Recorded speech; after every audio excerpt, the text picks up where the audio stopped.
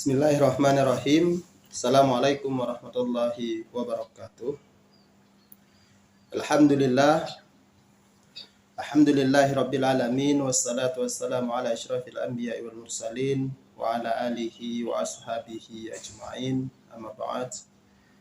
Puji syukur sama-sama kita panjatkan kepada Allah Subhanahu wa taala.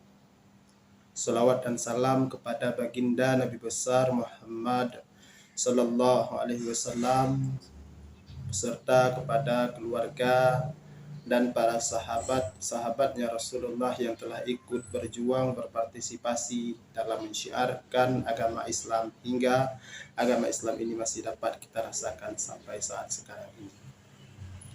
Dan juga kepada para tabi'in, tabi'in, ulama mutakaddimin, ulama mutaakhirin hingga ulama akhir zaman yang masih ada satu atau dua orang lagi di atas permukaan bumi ini yang selalu senantiasa membimbing hati kita ini untuk dekat kepada Allah Subhanahu wa taala.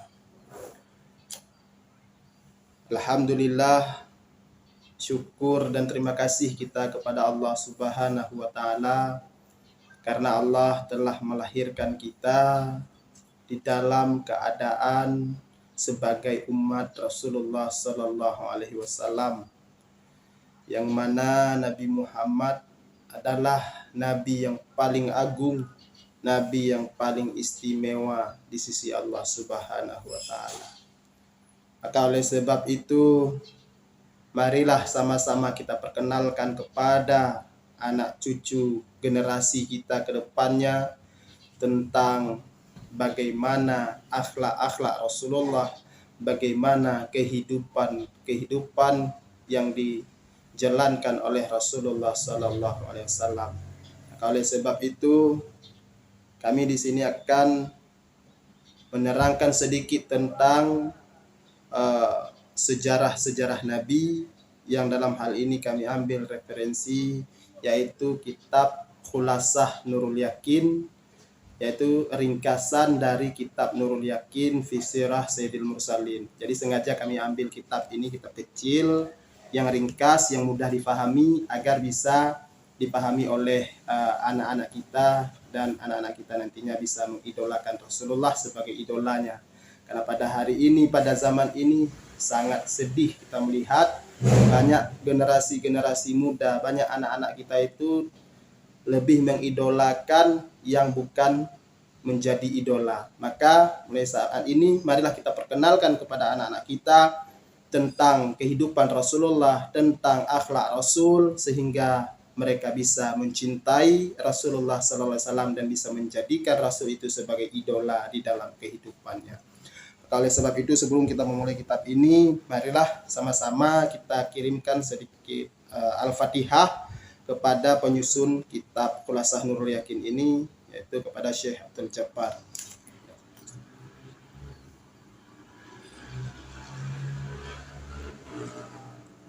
Al-Fatihah.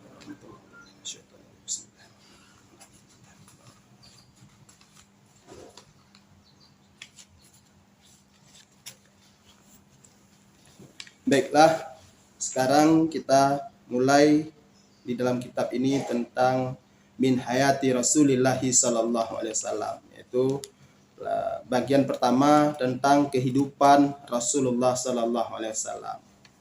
Pelajaran yang pertama yaitu di sini dijelaskan tentang siapa Sayyiduna Muhammad tersebut, siapa Nabi Muhammad tersebut, siapa penghulu alam itu, penghulu kita Muhammad tersebut. Yaitu di sini jelaskan Sayyiduna Muhammad huwa Rasulullahi ilan nasi kaffah. Nah, jadi Nabi Muhammad itu adalah seorang Rasul Allah, utusan Allah yang diutus ilan nasi kaffah, kepada manusia secara keseluruhan. Berbeda dengan nabi-nabi sebelumnya, yaitu hanya diutus kepada kelompok-kelompok atau kaum-kaum tertentu saja. Namun Nabi Muhammad SAW Allah utus kepada seluruh manusia yang ada di alam ini. Kemudian wa akhirul anbiya, Nabi Muhammad itu adalah akhir para nabi. Jadi kalau ada yang berani mengaku nabi setelah Nabi Muhammad, maka itu adalah nabi palsu. Karena Nabi Muhammad itu akhir segala nabi, la nabiyya ba'dah, tidak ada lagi nabi setelahnya. Wa imamur rasul, dan Nabi Muhammad itu adalah imam semua rasul. Jadi semua nabi, sebanyak 24.000 orang nabi dan 315 orang rasul, maka Nabi Muhammad itulah sebagai pemimpinnya. Imamur rasul, pemimpin segala rasul. Kemudian Nabi Muhammad tersebut ja'a bid-dinil islami. Nabi Muhammad datang dengan membawa agama Islam.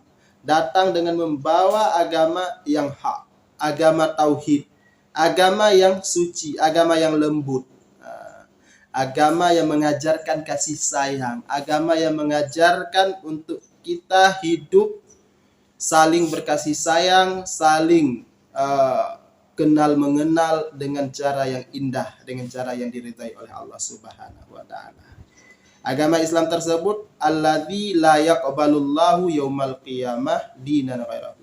Agama Islam tersebut adalah agama yang tidak ada agama lain pada hari kiamat nanti kecuali agama Islam yang diterima oleh Allah. Sebagaimana Allah Subhanahu wa taala berfirman di dalam surah Ali Imran, "Innad dina indallahil Islam." Jadi agama yang diterima di sisi Allah itu adalah agama Islam. Tidak ada agama yang lain, tidak ada agama Hindu, Buddha dan sebagainya, itu adalah agama ciptaan manusia. Maka agama yang sebenar-benar, agama yang hak di sisi Allah adalah agama Islam. Kemudian Rasulullah Sallallahu Alaihi Wasallam itu keturunan siapa? Keturunan dari mana? Jadi di kitab ini dijelaskan wahwa min nasli sadati Quraisy. Rasulullah SAW itu adalah keturunan dari bangsa Quraisy. Siapa bangsa Quraisy tersebut? Bangsa Quraisy tersebut adalah asyrafi qabilatin fi Makkahal Mukarramah. Jadi bangsa Quraisy itu adalah bangsa atau kelompok yang paling mulia di kota Mekah pada saat itu. Jadi Rasulullah SAW itu bukan keturunan sembarangan. Jadi Rasulullah SAW itu Allah utus, Allah lahirkan dari keturunan yang paling mulia, itu keturunan Quraisy. Yang mana kakeknya Rasulullah Abdul Muthalib itu adalah seorang pemimpin kota Mekah pada waktu itu. Jadi orang yang paling disegani, Bani Muthalib, orang yang paling disegani di kota Mekah, maka Rasul dilahirkan dari keturunan tersebut. Kemudian wayat tasilu nasabuhu Bismail bin Ibrahim alaihi wassalam. Jadi keturunan Rasulullah sallallahu alaihi wasallam ini terhubung ataupun tersambung, terkoneksi dengan keturunan Nabi Ismail bin Nabi Ibrahim alaihissalam. Jadi inilah merupakan keturunan baik-baik dah, bersambung dengan keturunan Nabiullah Ibrahim. Siapa Nabi Ibrahim itu? Abaul Anbiya. Nabi Ibrahim adalah bapaknya para nabi.